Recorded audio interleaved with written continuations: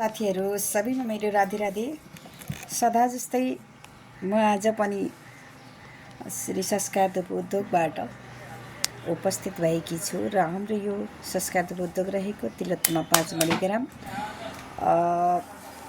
प्रेम भवनदेखि बल्छी जाने बाटो ठ्याक्क देउराली पथमा हजुरहरूलाई अवगतै छ। र संस्कार धूप त म बार बार भन्छु, हाम्रो संस्कार धूप हजुरहरूलाई लाग्छ होला संस्कार धूप भनेको के रहेछ त, के हो त भनेर भन्नुहुन्छ होला। जस्तै अब हामीहरूले गरुड पुराणको हिसाबले हामी त जन्मजातै है सानैदेखि हामी यस्तै भेजिटेरियन अनि पण्डितै खानदान, त्यहाँमाथि शरणागति तिलकधारी कण्ठीधारी र शास्त्रहरू पनि त्यति शास्त्री नगरे तापनि 18 पुराणको हिसाबले पनि गरुड पुराण हेर्दा या अरू हेर्दाखेरि बाँसको काँटी भनेको मर्दा र पर्दा बाल्ने भन्ने सुनिन्थ्यो र पढ्दा देखिन्थ्यो पनि। अब के पनि शास्त्र नमान्नु पर्यो है। जस्तो यसमा बाँसको काँटी छ र केमिकल पनि छ। अब पसल हो, माग्नुहुन्छ, तर म धेरै राख्दिनँ। मैले चाहिँ बेच्दाखेरि म भन्छु बरु धुपै लिएर जानु, अगरबत्ती नलैजानु त म भन्छु। ग्राहकहरूले माग्नुहुन्छ, मागे अनुसार दिनुपर्ने हुन्छ, पसल हो र यो केमिकल हो र तपाईँको अनि यो हाम्रो बाटेको धुप केमिकल रहित है। म यहाँ यसरी बालेको छु केमिकल रहित। र आजकल रोगहरू धेरै निस्केका छन् है। मान्छेलाई उमेर पुग्नु परेको छैन। हजुर हामी जस्ता बच्चाहरू सोच्दै नसोचेको रोग लागेको छ। क्यान्सरका रोगी छन्, मुटुका रोगीहरू छन्, हरेक कुराहरू, किडनी ड्यामेज भएको हरेक कुराहरू हामीले देखिन्छ, सुनिन्छ र भेटिन्छ पनि। किन हुन्छ त भन्दा हामी आजकल अहिले 3-4 वर्ष यता त मतलब नेचुरल चिजहरूमा पनि धेरै फोकस गरेको म भेट्छु। नभए तपाईँहरूको यिनी वनमा हुने जडीबुटी खानेकुराहरू, सब्जीहरू, त्यस्तै नेचुरल चिजहरू है, केमिकल रहित चिजहरू खाने, लगाउने, युज गर्ने हरेक कुराहरू हुन्छ नि त। जडीबुटीहरू कति हुन्छन् कति। अब यही पनि हामीले यो भन्दा संस्कार धूप भन्न कति सजिलो छ है। यिनीहरू पहाडका कन्दरामा जडीबुटीहरू खोजेर एक से एक जडीबुटीहरू खोजेर तपाईँहरूको फुलदेखि लिएर, फुल पनि सबै फुल चढ्दैन है। कुलपित्री हरेकलाई गर्नु पर्यो र अब शास्त्रको हिसाबले शास्त्र हेरिसकेपछि शास्त्रलाई उल्लङ्घन गरेर त अगाडि बढिँदैन है। अब कुलपित्री, गणेश, शिव, पार्वती, इष्टदेव, राधाकृष्ण सबैलाई सबै तरिकाको जस्तो सबै चढ्नु पर्यो नि त। कुलपित्रीलाई सबैलाई हुने खालको बनाउनु पर्यो है।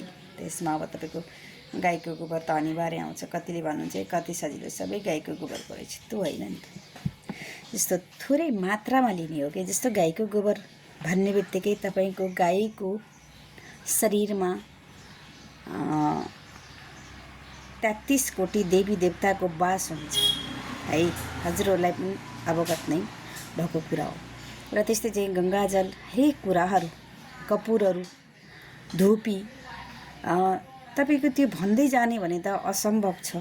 र मेन इम्पोर्टेन्ट चिज शास्त्रको हिसाबले, शास्त्रीय हिसाबले ज्योतिलहरू अनिवार्य नै छ है। सबैको आफ्नो आफ्नो सिद्धान्त हुन्छ। त्यस्तै गरेर मैले खास भन्न के खोजेको भने केमिकल चिजभन्दा तपाईँहरू नेचुरल चिजतिर बढी जानुहोस्। किन भन्दा अहिलेको खानपान हरेक कुराले गर्दा सोच्दै नसोचेका रोग लागेर मान्छेलाई अचानक आफूहरू मृत्युको मुखमा पनि पुग्नु भएको छ। र यही तपाईँको अगरबत्तीबाट पनि मेरो पनि पसल छ। मैले त्यस्तो मेरो धुपको लागि मैले प्रचार गर्न खोजेको होइन र धेरै पाइएको छ, सुनिएको पनि छ।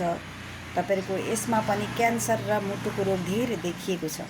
म आफैले पनि अनुभव गरेको कुरा। म हिँड्छु, बाटोमा हिँड्दा गर्दा मङ्ग बसाएको त चाहिँ तपाईँको यहाँ बाल्दाखेरि तपाईँको एउटा टोलामा पुरै बास्ना, एकदम हरर बास्ना त आएको चाहिँ। म आफैलाई त्यो बास्नाले कति रियाक्ट गर्छ भने अलिकति वृद्ध रोगीलाई कति रियाक्ट गर्छ होला। त्यही भएर हामीले बास्नादार भन्दा नेचुरल चिजहरू खोजौँ। नेचुरल चिजमा बढी उ गरौँ। अब यो घरमा पनि पवित्र शुद्धता अपनाऊँ है। अनि तपाईँको जुठा सुत्केरा मेन्स हुँदा अनिवार्य नै बार्नुपर्छ र यो जुठा सुत्केरा त्यस्तोमा पनि यो पर्नु हुँदैन है। हामी बेच्ने हो, व्यापारी हो, व्यापारसित उ गर्ने हो भनेर हुँदैन नि। हामीले मान्छेलाई त छल्छौँ, भगवान्ले कसरी छल्छौँ र? तपाईँले 10 पोका बनाउनु 8 पोका बनाउनुहोस्, शुद्धता अपनाउनुहोस्, पवित्रता अपनाउनुहोस्। हर घरमा कुना कुनामा तपाईँको यो संस्कार धूपको धुवाँ लगाउनुहोस्। अरूहरू पनि कतिपय छन्, सबैजनाले बाँड्नु भएको छ, मैले मात्रै होइन है।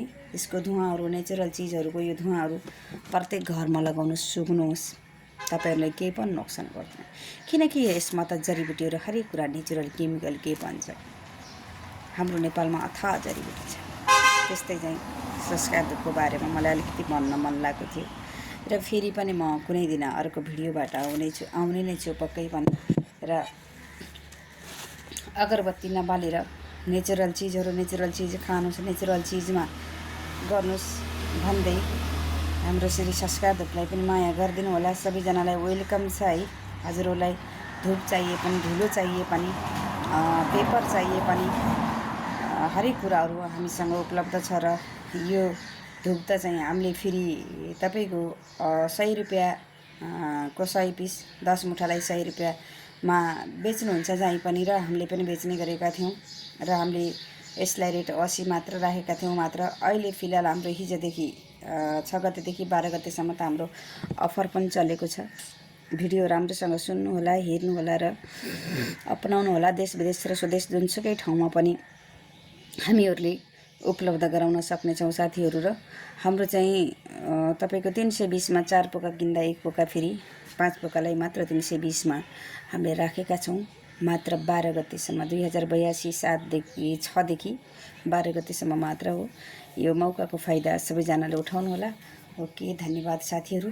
राधे राधे, जय श्री राम।